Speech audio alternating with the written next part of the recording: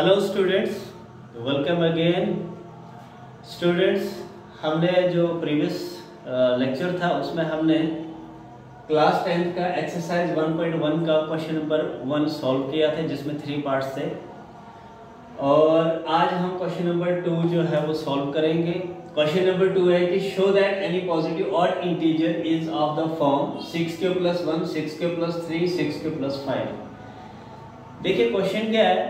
Question कह रहा है कि कोई भी पॉजिटिव ऑड इंटीजर है। पॉजिटिव ऑड इंटीजर, आपको पता है कि इंटीजर जो है वो नेगेटिव भी होंगे, वो पॉजिटिव भी होंगे, लेकिन ये नेगेटिव की बात नहीं कर रहे हैं, पॉजिटिव की बात कर रहा है। और पॉजिटिव के बाद ये ऑड इंटीजर की बात कर रहा है। ऑड इंटीजर 1, 3, 5, 7, 9 है ना। कहता है कि किसी भी पॉजिटिव ऑड इंटीजर को हमने इस फॉर्म में शो करना है, 6k + 1, 6k + 3, 6k + 5, where q is some integer। q जो है हमारा कोई इंटीजर है। ये जो यहाँ पर आप देख रहे हो ना q की, ये जो q देख रहे हो आप, मतलब कि q कोई इंटीजर है। इंटीजर मींस कि मान के चलते हैं हम, यहाँ पर q की जगह 0 हो सकता है, 1, 2, 3, 4, 5 कुछ भी हो सकता है, ठीक है, कोई भी इंटीजर हो सकता है। तो हमने इसकी फॉर्म में इसको शो करना है। तो स्टूडेंट्स करते शुरू क्वेश्चन। हम क्या करेंगे सॉल्यूशन में, हमें इसकी फॉर्म में इसको शो करना है, 6k + 1, 6k + 3 और 6k + 5 के फॉर्म में इसको शो करना है, ठीक है। तो स्टूडेंट्स हम मान लेते हैं कि let the positive integer, let a be the positive integer. मान लेते हैं कि जो पॉजिटिव इंटीजर है जिसको हमने इसकी फॉर्म में लाना है, वो पॉजिटिव इंटीजर क्या है, a, and b = 6, ठीक है। देखिए स्टूडेंट्स b की वैल्यू 6 क्यों आई, क्योंकि यहां पर देखिए यहाँ पर 6 है और यहां पर भी 6 है, इसलिए हम b की वैल्यू क्या करेंगे 6। अगर यहां पर 4q होता, 4q + 1, 4q + 3 है ना, तो तब हम b की वैल्यू क्या मानते, 4 है, ठीक है। अब इन्होंने क्या दिया, 6 क्यों दिया, तो इसलिए हम b की वैल्यू क्या मानेंगे कि b की वैल्यू कितनी हमारी 6 है, ठीक है। तो हमने क्या किया, जो पॉजिटिव इंटीजर हमें चाहिए वो हमने a ले लिया और b कितना हमारा 6 है, ठीक है। तो हम क्या करेंगे, हम लिखेंगे बाय यूजिंग इक्लिप्स डिवीजन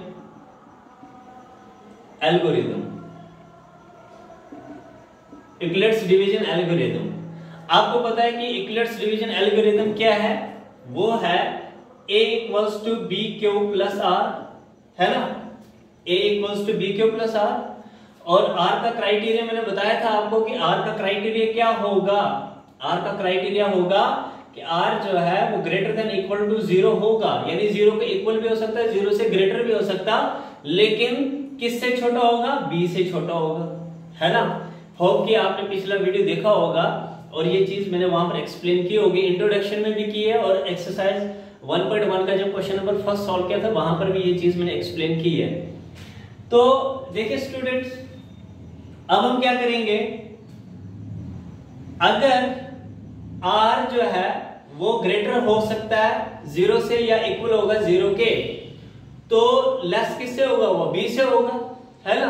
इसका मतलब r का क्राइटेरिया क्या है, r का क्राइटेरिया यहां पर है कि r जो है वो लेस देन होगा किससे, b से। तो b कितना लिया हमने, 6 लिया ना, b हमने 6 लिया, तो इसका मतलब है r की वैल्यू क्या है, b से कम होगी, तो 6 से कम क्या होगा, 5, है ना।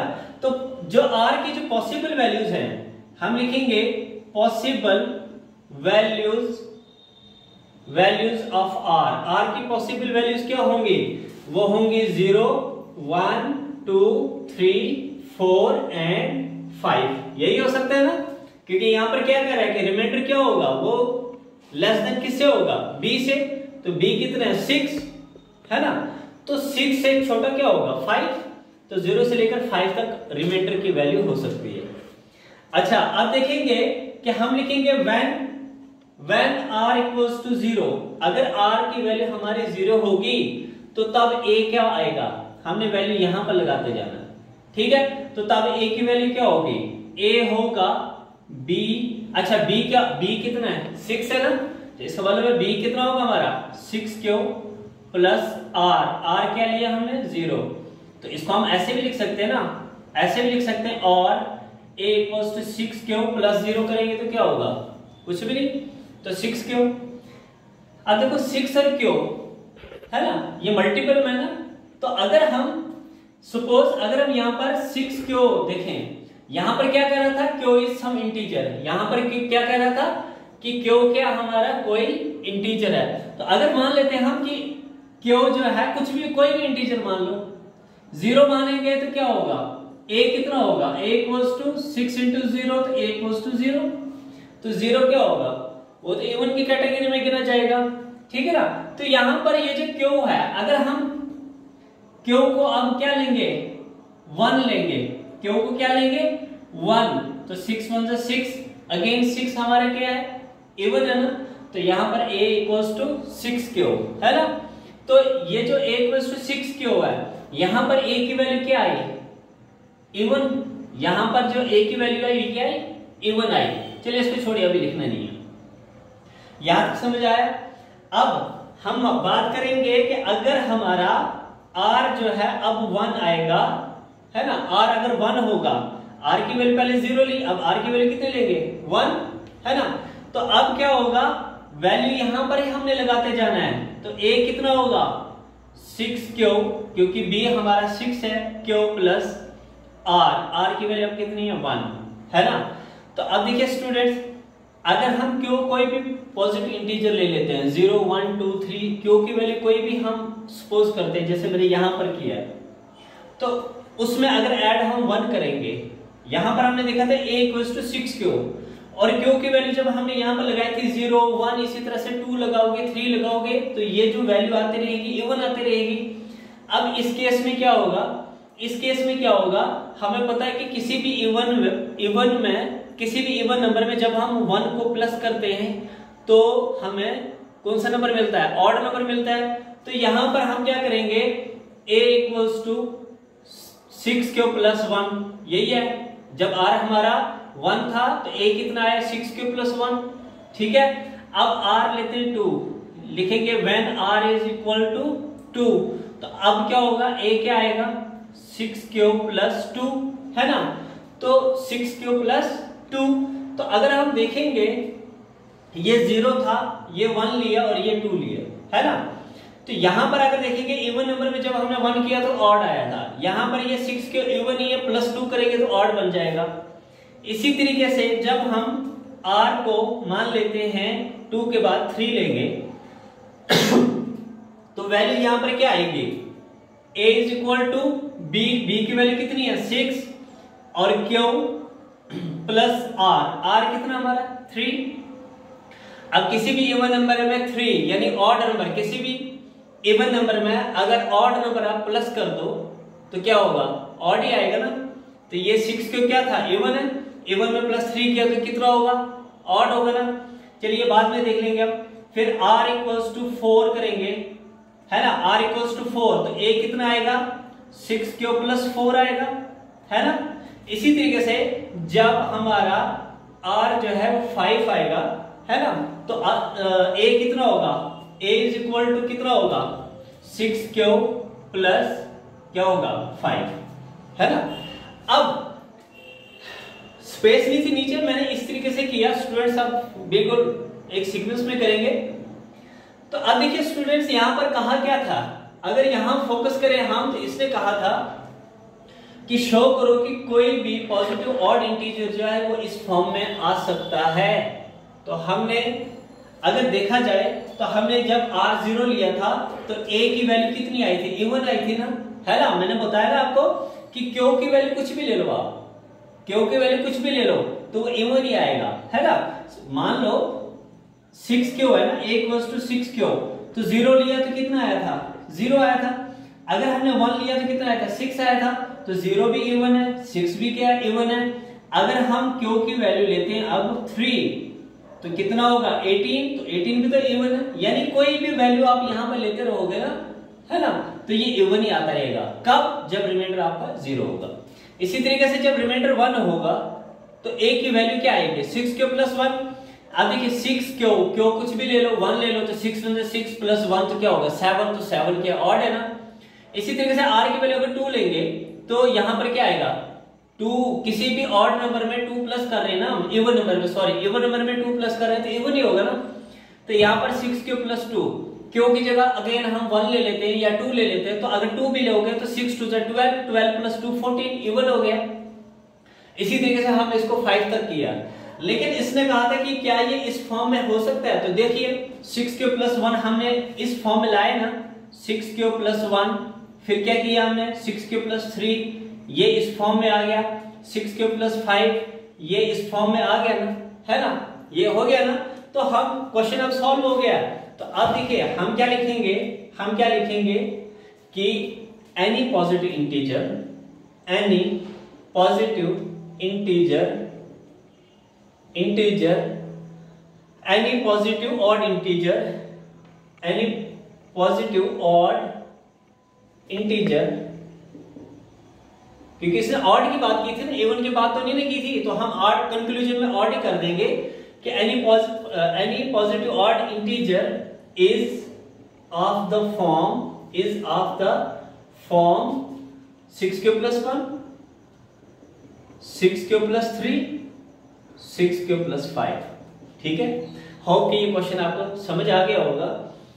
जो भी इसका पॉसिबल जो भी था वो हमने जो पॉसिबल सोल्यूशन था वो हमने किया।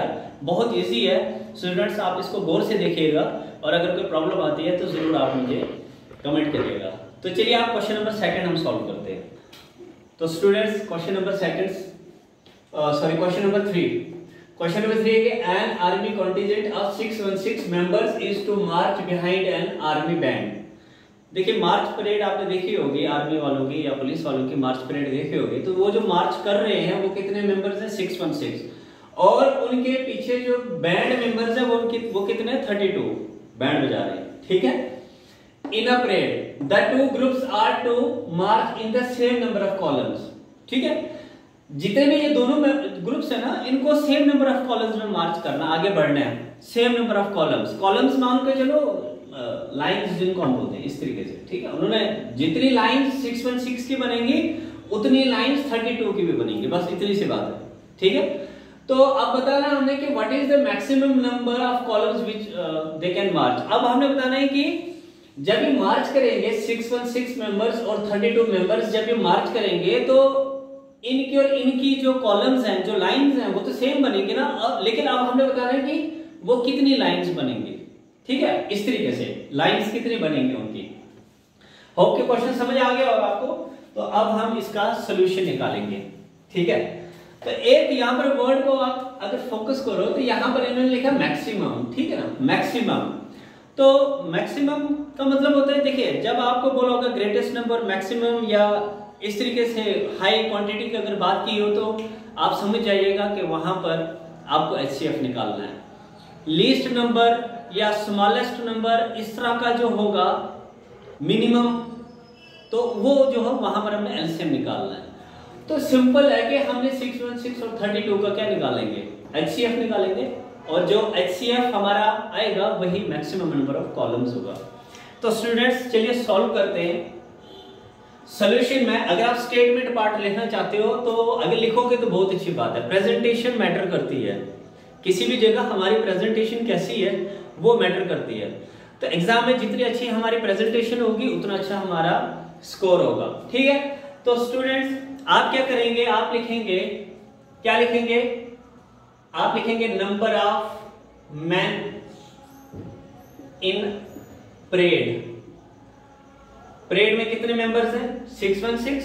ठीक है ना, और number of man in band, band में कितने, बैंड में 32 है ना।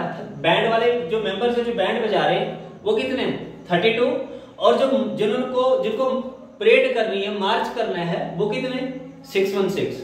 अब हमने बताना है कि जितनी लाइनें इनकी बनाएंगे उतनी लाइनें इनकी भी बनेंगी, यानी इनके जो कॉलम्स होंगे, जो लाइंस होंगी वो क्या होंगी, सेम होंगी। अब हमने बताना है कि कितनी लाइंस में ये चलेंगे। ठीक है ना। सपोज अगर इसकी 6 लाइनें बनेंगी तो इनकी भी 6 लाइनें बनेंगी।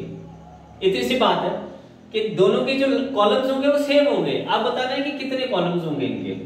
तो हम क्या करेंगे, हमने क्या निकालना है, मैक्सिमम नंबर ऑफ कॉलम्स। तो हम क्या करेंगे students, maximum number of columns, मतलब maximum number of columns means equal to means HCF of किसका, 616 एंड 32 का HCF निकालेंगे। ठीक है, तो पहले हम क्या करेंगे, डिवीजन मेथड से इसका HCF निकालेंगे। तो डिवीजन मेथड से HCF निकालना मैंने आपको बताया हुआ पहले, है ना। 616 बड़ा है तो उसको डिवाइड करेंगे और 32 छोटा है तो 32 से डिवाइड करेंगे। तो देखिए अगर हम 32 को 10 से करेंगे तो 320 आ सकता है आंसर। मतलब डिवाइड करने का अपना अपना तरीका है, तो आप अपने तरीके से डिवाइड करेंगे जैसे भी आपको ठीक लगता है।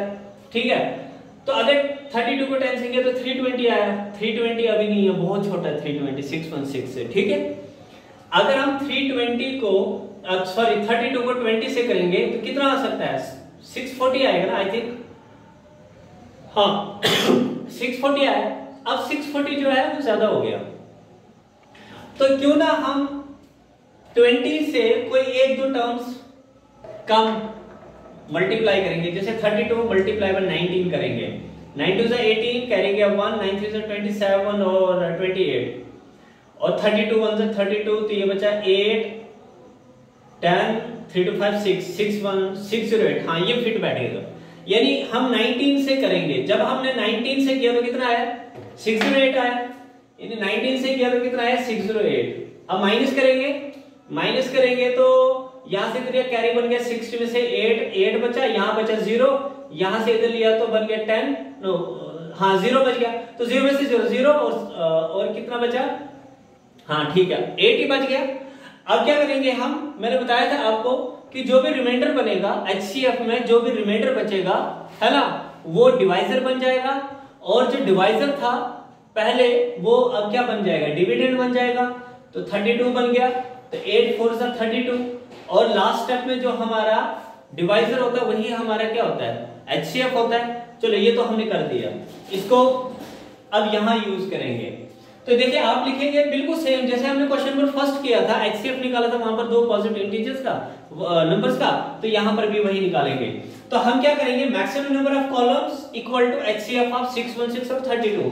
अब 32 और 616 का हमें HCF निकालना है, तो हम लिखेंगे by using Euclid's division algorithm.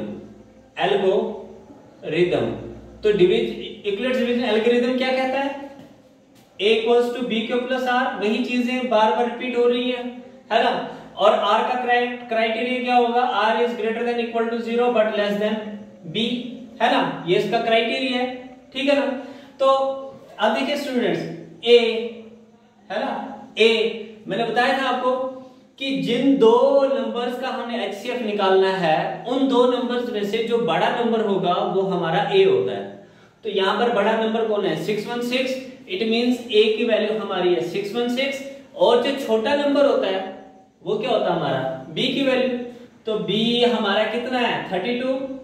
अब देखिए यहां अगर फोकस करेंगे आप, तो 32 को जब हमने 19 से मल्टीप्लाई किया तो हमारा कितना आंसर आया, 608, और माइनस करके यहां पर रिमाइंडर क्या बचा, 8।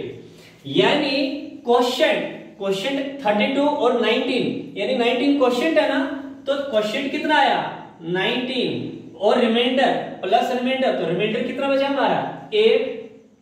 तो यहां r जो हमारा नॉट इक्वल टू 0, अभी r हमारा 0 नहीं है। अब नेक्स्ट स्टेप करेंगे, अब नेक्स्ट स्टेप में किस किस का HCF निकाला हमने, 32 और 8 का, है ना, और 32 और 8 में बड़ा कौन है, 32 है ना। तो 32 हमारे क्या होगा, A की वैल्यू 32 रहेगी और B की वैल्यू क्या रहेगी, 8।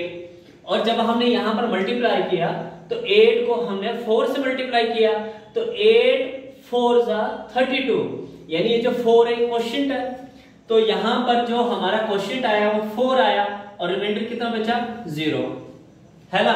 तो इसका मतलब यहां पर हम इसको कंक्लूड करेंगे, इसका मतलब कि जो HCF ऑफ 616 एंड 32 आया, वो कितना आया हमारा 8 आया, क्योंकि मैंने बताया था आपको लास्ट स्टेप में, जिस स्टेप में हमारा रिमाइंडर 0 बचता है, उस स्टेप में जो हमारी b की वैल्यू होगी, लास्ट स्टेप में जब हमारा रिमाइंडर 0 बचेगा, उस स्टेप में जो हमारी b की वैल्यू होगी वही हमारा HCF होगा। तो HCF कितना निकला 8। इसका मतलब है कि 616 और 32 जो मेंबर्स हैं इनकी कितनी लाइंस बनेगी 8 लाइंस। तो आप लास्ट में लिखेंगे hence maximum number of columns क्या कितनी बनी 8। होप कि आपको यहां तक समझ आ गया होगा। और आज के लिए ये 2 क्वेश्चन, नेक्स्ट कल हम आगे के क्वेश्चन सॉल्व करेंगे। वो इसलिए नहीं मैं कर रहा हूं क्योंकि वीडियो काफी लंबी बन जाती है, तो थोड़े थोड़े एक एक 2 क्वेश्चन जो है, और आगे से मैं कोशिश करूंगा कि 2 3 4 वीडियो एक ही दिन में, जिसमें 8 10 क्वेश्चन एक साथ ही में सॉल्व कर पाऊं। Thank you so much, have a nice day.